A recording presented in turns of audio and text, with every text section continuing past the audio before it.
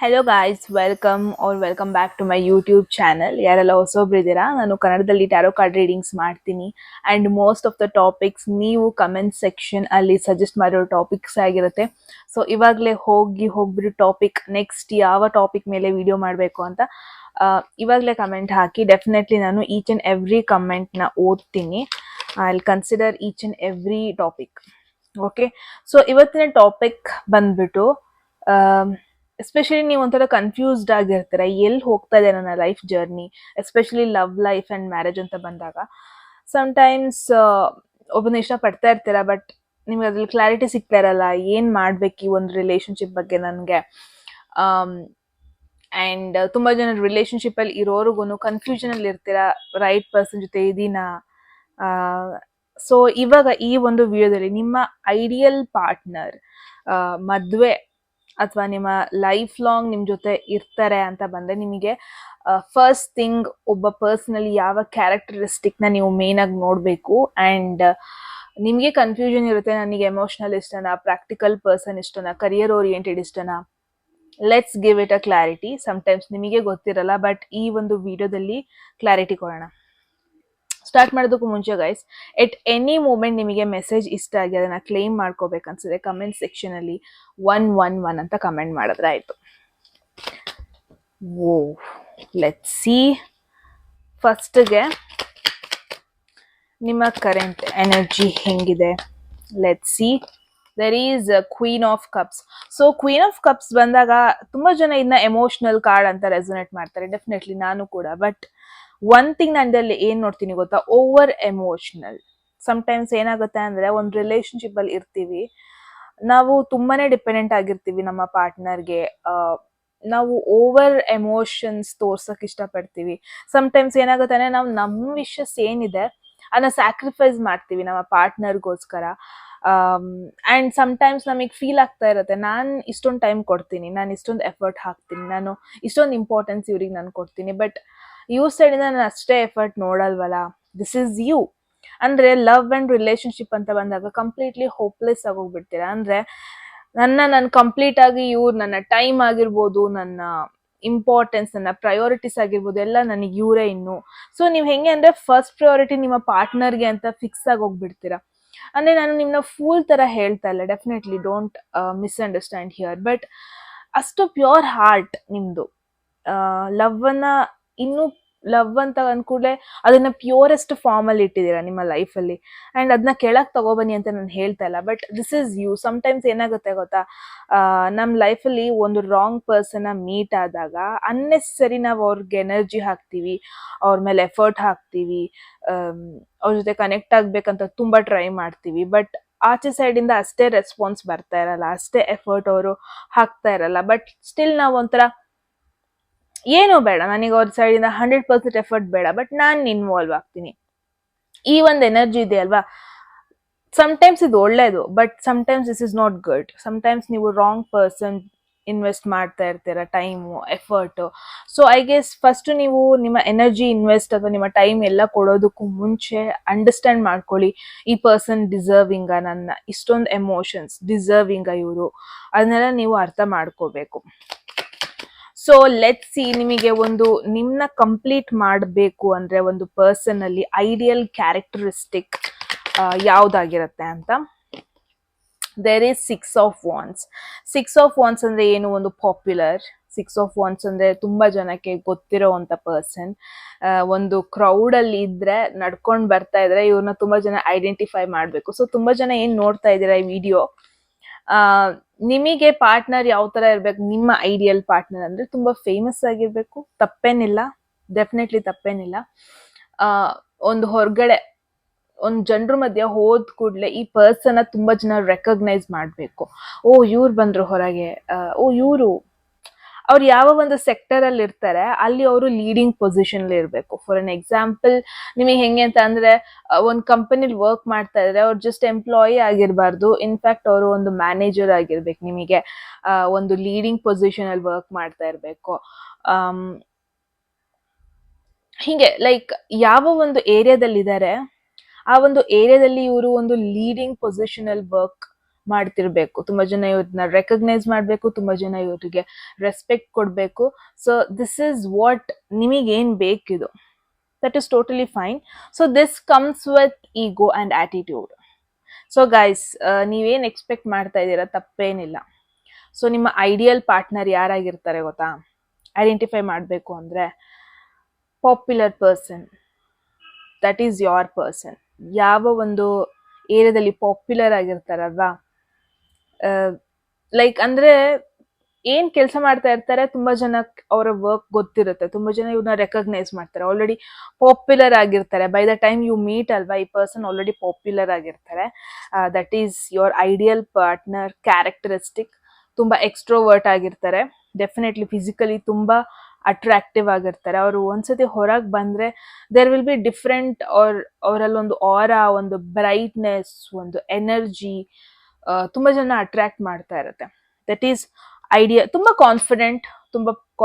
ತುಂಬಾ ಜನಕ್ಕೆ one thing is actor ಆಗಿರ್ಬೋದು, ಮೀಡಿಯಾದಲ್ಲಿ ವರ್ಕ್ ಮಾಡ್ತಿರ್ಬೋದು, ಪೊಲಿಟಿಷಿಯನ್ ಆಗಿರ್ಬೋದು, ಒಂದು manager roll,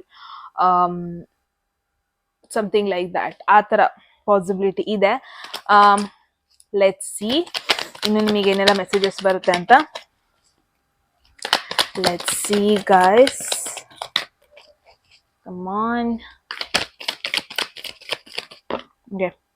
So there is king of cups. What is blocking you? Possibility ಇದೆ ಗೈಸ್, ನೀವು ತುಂಬಾ ಎಮೋಷನಲಿ ಒಬ್ರ ಮೇಲೆ ಏನು ತುಂಬಾ ಥಿಂಕ್ ಮಾಡ್ತಾ ಇದ್ದೀರಾ. ಐ ಗೆಸ್ ನೀವು ಆಲ್ರೆಡಿ ಈ ಪರ್ಸನ್, ನಿಮಗೆ ಗೊತ್ತು ಯಾರ ಬಗ್ಗೆ ನಾನು ಹೇಳ್ತಾ ಇದ್ದೀನಿ ಅಂತ. ತುಂಬಾ ಜನ ಏನ್ ರೀಡಿಂಗ್ ನೋಡ್ತಾ ಇದ್ದೀರಾ, ಈ ಪಾಪ್ಯುಲರ್ ಪರ್ಸನ್ ಯಾರು ಅಂತ ನಿಮಗೆ ಆಲ್ರೆಡಿ ಗೊತ್ತು. ಬಟ್ ತುಂಬಾ ಜನ ಹೇಳ್ಕೊಂಡಿಲ್ಲ. ತುಂಬಾ ಜನ ಆ ಮೆಸೇಜ್ ರೆಸ್ಪಾಂಡ್ ಮಾಡೋದಕ್ಕೂ, ಮೆಸೇಜ್ ಮಾಡೋದಕ್ಕೂ ತುಂಬಾ ಹೆದರ್ಕೊಂತ ಇರೋದಕ್ಕಿಂತ ತುಂಬಾ ಶೈ ಫೀಲ್ ಆಗ್ತಾ ಇದೆ. ತುಂಬಾ ಲೈಕ್ ನಿಮ್ಮ ಎಮೋಷನ್ಸ್, ನಿಮ್ಮ ಭಾವನೆಗಳನ್ನ ನಿಮಗ್ ನೀವೇ ಇಟ್ಕೊಂಡಿದ್ದೀರಾ. ಬಿಕಾಸ್ ಕಿಂಗ್ ಆಫ್ ಕಪ್ಸ್ ಏನಿದೆ ಕಾರ್ಡ್ ಇಲ್ಲಿ, wow, there is king and queen.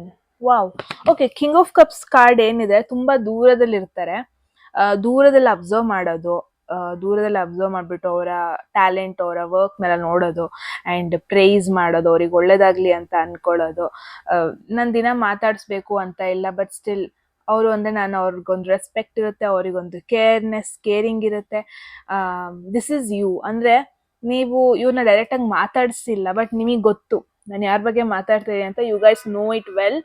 But ನೀವು ಹೆಂಗೆ ಅಂತ ಅಂದರೆ ದೂರದಲ್ಲೇ ಕೂತ್ಕೊಂಡು ಅವ್ರು ಚೆನ್ನಾಗಿರ್ಲಿ, ಅವ್ರು ಬೆಳೀಲಿ, ಅವ್ರು ಖುಷಿಯಾಗಿರ್ಲಿ, ನಂಗೆ ಅಷ್ಟೇ ಸಾಕು, ನಾನು ದಿನ ಅವ್ರ ಜೊತೆ ಮಾತಾಡಿಸ್ಬೇಕು. This is you. ಅಂದರೆ ಹೋಪ್ಲೆಸ್ ಎಮೋಷನಲ್ ಪರ್ಸನ್. ಅಂದರೆ ನಿಮಗದು ರಿಫ್ಲೆಕ್ಟ್, ಅವ್ರು ನಿಮಗೆ ವಾಪಸ್ ಅಟೆನ್ಷನ್ ಕೊಡ್ತಾ ಇದ್ದಾರಾ, ಕೊಡೋದು ಬೇಡ. ನಂದು ಟ್ರೂ ಲವ್ ಅವ್ರ ಮೇಲೆ, ನಂದು ಒಂದು ಲವ್ದು, ದಟ್ ಈಸ್ ಆಲ್ ಮ್ಯಾಟರ್ಸ್. ನೀವು ಈ ಥರ person, this is you. But ಆ ಕಮ್ಯುನಿಕೇಶನ್ ಬ್ಲಾಕ್ ಇದೆ ನಿಮ್ಮ ಇಬ್ರು ಮಧ್ಯದಲ್ಲಿ. ಸೊ ಲೆಟ್ಸ್ ಸಿ ನಿಮಗೆ ಏನೆಲ್ಲ ಮೆಸೇಜಸ್ ಇದೆ ಅಂತ. ವಾವ್, ವೆರಿ ಪ್ಯೂರ್ ಲವ್ ನಿಮ್ದು. If possible guys, slow and steady win the race ಅಂತಾರಲ್ವಾ, ಇಟ್ಸ್ ಫೈನ್. ನೀವು ಏನು ಅರ್ಜೆಂಟ್ ಮಾಡ್ತಾ ಇಲ್ಲ. ಮೆಸೇಜಿಗೆ ರೆಸ್ಪಾಂಡ್ ಮಾಡಬೇಕು, ಮೆಸೇಜ್ ಮಾಡ್ಕೊಂಡು ಇರಬೇಕು, ಲೇಟ್ ನೈಟ್ ಮೆಸೇಜ್ ಮಾಡಬೇಕು, ಕಾಲ್ ಮಾಡಬೇಕು, ಮೀಟ್ ಮಾಡಬೇಕು, ಇದೆಲ್ಲ ಏನಿಲ್ಲ. ನೀವು ಹೆಂಗೆ ಅಂತಂದರೆ, ಅದು ಯಾವಾಗ ಆಗುತ್ತೆ ಆಪರ್ಚುನಿಟಿ ಅವಾಗ ಆಗಲಿ, ಸಿಗಲಿ, ಯಾವಾಗ ಚಾನ್ಸ್ ಸಿಗುತ್ತೆ ಅವಾಗ ಮೀಟ್ ಆಗೋಣ. ಸೊ ಈ ಥರ ಒಂದು ಥಾಟ್ ಪ್ರೊಸೆಸ್ಸಲ್ಲಿದ್ದೀರಾ. ಇದು ವರ್ಕ್ ಆಗುತ್ತಾ ನಿಮಗೆ? ನೀವು ರೆಡಿ ಇದ್ದೀರಾ ವೆಯ್ಟ್ ಮಾಡೋದಕ್ಕೆ ಈ ಪರ್ಸನ್ಗೆ? ಎಷ್ಟು ವೆಯ್ಟ್ ಮಾಡ್ತೀರಾ? 1 ವರ್ಷ ವೆಯ್ಟ್ ಮಾಡ್ತೀರಾ? 2 ವರ್ಷ ವೆಯ್ಟ್ ಮಾಡ್ತೀರಾ?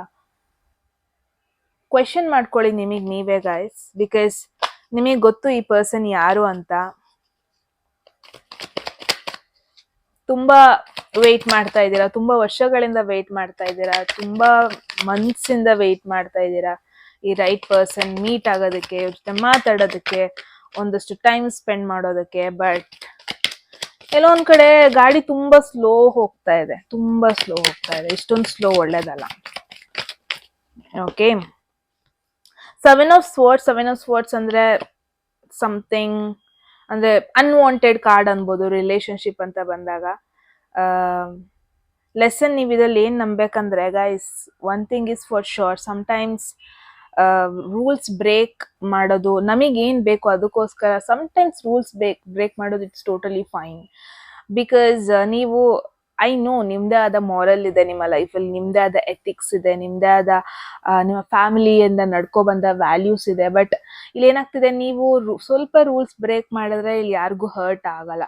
ಮೇ ಬಿ ನಿಮಗೆ ಒಂದು ಥಾಟ್ ಇದೆ ಅನ್ಸುತ್ತೆ, ನಾನು ಅವ್ರನ್ನ ಅಪ್ರೋಚ್ ಮಾಡ್ಲಾ ಬೇಡವಾ, ಅವ್ರ ಲೈಫಲ್ಲಿ ಆಲ್ರೆಡಿ ಯಾರು ಇದ್ದಾರಾ, ನಾನು ಇವಾಗ ಅವ್ರನ್ನ ಅಪ್ರೋಚ್ ಮಾಡಿದ್ರೆ ಮೇ ಬಿ ನಾನು ಅವರ ಕರಿಯರಿಗೆ ಪ್ರಾಬ್ಲಮ್ ಆಗ್ಬಿಡುತ್ತಾ, ನಾನು ಅವ್ರಿಗೆ ಇಂಟರ್ಫಿಯರ್ ಆಗೋಗ್ಬಿಡ್ತೀನಿ ಅವ್ರ ಲೈಫಲ್ಲಿ, ಹಿಂಗೆಲ್ಲ ಒಂದಷ್ಟು ನೆಗೆಟಿವ್ ಥಾಟ್ಸ್ ಇದೆ. ಅದಕ್ಕೆ ಸ್ಲೋ ಡೌನ್ ಮಾಡ್ತಾ ಇದ್ದೀರಾ guys. But keep in mind, sometimes ಸ್ವಲ್ಪ ಸ್ವಲ್ಪ ವ್ಯಾಲ್ಯೂಸ್ ಬ್ರೇಕ್ ಮಾಡೋದು, ಅಡ್ವೆಂಚರ್ ಮಾಡೋದು ಲೈಫಲ್ಲಿ, it's totally fine. It's totally fine. ನಾನು ಯಾರ ಬಗ್ಗೆ ಮಾತಾಡ್ತಾ ಇದ್ದೀನಿ ನಿಮಗೆ ಆಲ್ರೆಡಿ ಗೊತ್ತು. ನಿಮ್ಮ ಐಡಿಯಲ್ ಪರ್ಸನ್ನ, again this is a lesson, ನಿಮ್ಮ ಐಡಿಯಲ್ ಪರ್ಸನ್ನ ಮೀಟ್ ಆಗಬೇಕಂದ್ರೆ ಗೈಸ್, ಸಮ್ಟೈಮ್ಸ್ ನಿಮ್ಮ ಫ್ಯಾಮಿಲಿ ವ್ಯಾಲ್ಯೂಸ್ ಬ್ರೇಕ್ ಮಾಡಬೇಕಾಗಿ ಬರ್ಬೋದು. ಇಷ್ಟು ದಿನ ನಡ್ಕೊ ಬಂದಿದ್ದ ಥರನೇ ಇರಬೇಕು ಅಂತ ಏನಿಲ್ಲ. ಸಮ್ಟೈಮ್ಸ್ ನಿಮ್ಮ ಲೈಫ್ ರೂಲ್ಸ್ನ ಬ್ರೇಕ್ ಆಗಿ ಬರ್ಬೋದು. ಬಿಕಾಸ್ ಈ ಪರ್ಸನ್ ನೀವು ಮೀಟ್ ಆಗಬೇಕು, ಈ ಪರ್ಸನ್ ಜೊತೆ ಒಂದು ರಿಲೇಶನ್ಶಿಪ್ ಮೇಂಟೈನ್ ಮಾಡಬೇಕಂದ್ರೆ it will be an adventure, easy ಇರಲ್ಲ. ಸೊ ಎಸ್, ಈ ಪರ್ಸನ್ ಬಂದ್ಮೇಲೆ ನಿಮ್ಮ ಲೈಫಲ್ಲಿ ತುಂಬಾ ಚೇಂಜಸ್ನ ನೀವು ಎಕ್ಸ್ಪೆಕ್ಟ್ ಮಾಡ್ಬೋದು. ನಿಮ್ಮ ಐಡಿಯಲ್ ಪರ್ಸನ್ ಬಂದ್ಮೇಲೆ ಒನ್ ಥಿಂಗ್, ನೀವು ರಿಲೊಕೇಟ್ ಆಗ್ತೀರಾ, ನಿಮ್ಮ ಮನೆಯಿಂದ ಬೇರೆ ಕಡೆ ರಿಲೊಕೇಟ್ ಆಗೋದು, ಟ್ರಾನ್ಸ್ಫರ್ ಆಗೋದು, ಅಥವಾ ಟ್ರಾವೆಲ್ ಮಾಡ್ಬೇಕಾಗಿ ಬರುತ್ತೆ. ಲಾಂಗ್ ಡಿಸ್ಟೆನ್ಸ್ ರಿಲೇಶನ್ಶಿಪ್ ತುಂಬಾ ನೋಡ್ತಾ ಇದ್ದೀನಿ ನಿಮ್ಮ ರೀಡಿಂಗ್ ಅಲ್ಲಿ. ಏನ್ ನೋಡ್ತಾ ಇದ್ದೀರಾ, ಈ ಪರ್ಸನ್ ಮೇ ಬಿ ನಿಮ್ಮ ಹೋಮ್ ಟೌನ್ ಹತ್ರನೇ ಇರಲ್ಲ, ನಿಮ್ಮ ಸ್ಟೇಟಲ್ಲೇ ಇರ್ತಾರೋ ಇಲ್ವೋ, ಸ್ವಲ್ಪ ದೂರದಲ್ಲಿ ಇರ್ತಾರೆ, ಬೇರೆ ಕಲ್ಚರ್ ಫಾಲೋ ಮಾಡ್ತಾರೆ, ಮೇ ಬಿ ಬೇರೆ ರಿಲಿಜನ್ ಅಥವಾ ಬೇರೆ ಕ್ಯಾಸ್ಟ್, ಬೇರೆ life style, different life style ಇದೆ ನಿಮ್ಮಿಬ್ರದ್ದು. ಮೇ ಬಿ ಅದೊಂದು ಕಾರಣಕ್ಕೆ ನೀವು ಸ್ಲೋ ಡೌನ್ ಮಾಡ್ತಾ ಇದ್ದೀರಾ. ಬಟ್ ಗೈಸ್, ಒಂದ್ಸತಿ ನೀವು ಈ ಪರ್ಸನ್ನ ಮೀಟ್ ಮಾಡಾದ್ಮೇಲೆ ಕಂಪ್ಲೀಟ್ಲಿ ನಿಮ್ಮ ಲೈಫ್ ಸ್ಟೈಲ್ ಚೇಂಜ್ ಆಗುತ್ತೆ.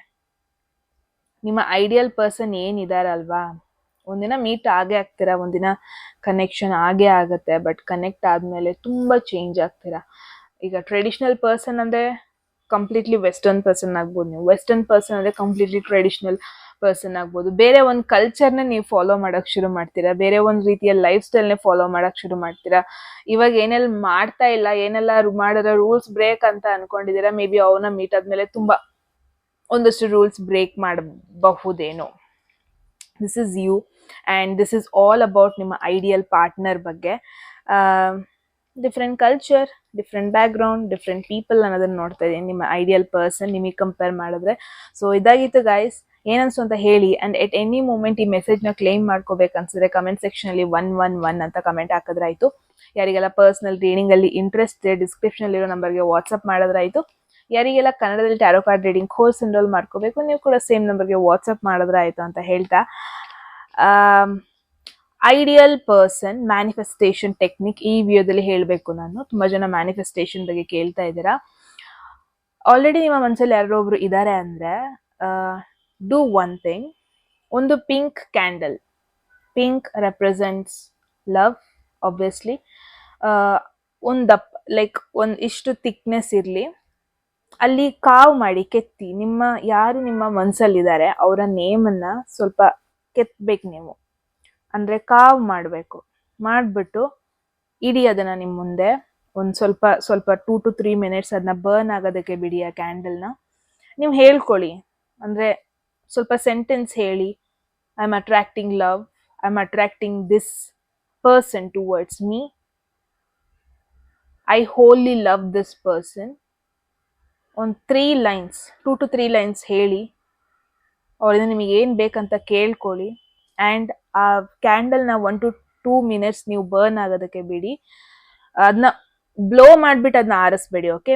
ಸ್ನಫ್ ಮಾಡಿ, ಅಂದರೆ ಏನಾದ್ರು ಪೇಪರ್ ಇದ್ರೆ ಅದನ್ನ ಹಿಂಗೆ ಆಫ್ ಮಾಡಿ, ಬ್ಲೋ ಮಾಡಬೇಡಿ, ಆಫ್ ಮಾಡಬೇಡಿ, ಹಾಗೆ, ಓಕೆ.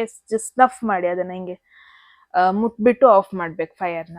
ಸೊ ಈ ಒಂದು ಟೆಕ್ನಿಕ್, ಮ್ಯಾನಿಫೆಸ್ಟೇಷನ್ ಟೆಕ್ನಿಕ್ ಫಾಲೋ ಮಾಡಿ, ಡೆಫಿನೆಟ್ಲಿ ವರ್ಕ್ ಆಗುತ್ತೆ ನೀವು ಜೆನ್ಯೂನ್ ಆಗಿ ಮಾಡ್ತಾ ಇದ್ದೀರಾ ಅಂದರೆ. So yes guys, this is all about manifestation technique. So yes, ನಿಮಗೊಂದು ಕ್ಲಾರಿಟಿ ಸಿಕ್ಕಿದೆ ಅಂತ ಅನ್ಕೊತೀನಿ. ಏನನ್ನಿಸ್ತು ಅಂತ ಹೇಳಿ. And yes, thank you so much for watching all the videos. Personal reading, tarot card consultation, anything ಡಿಸ್ಕ್ರಿಪ್ಷನಲ್ಲಿ ನಮಗೆ ವಾಟ್ಸಪ್ ಮಾಡೋದಾಯ್ತು ಅಂತ ಹೇಳ್ತಾ ಮತ್ತೆ ಸಿಗೋಣ ಮುಂದಿನ ವಿಡಿಯೋದಲ್ಲಿ. ಅಲ್ಲಿವರೆಗೂ ಟೇಕ್ ಕೇರ್, ಬಾಯ್.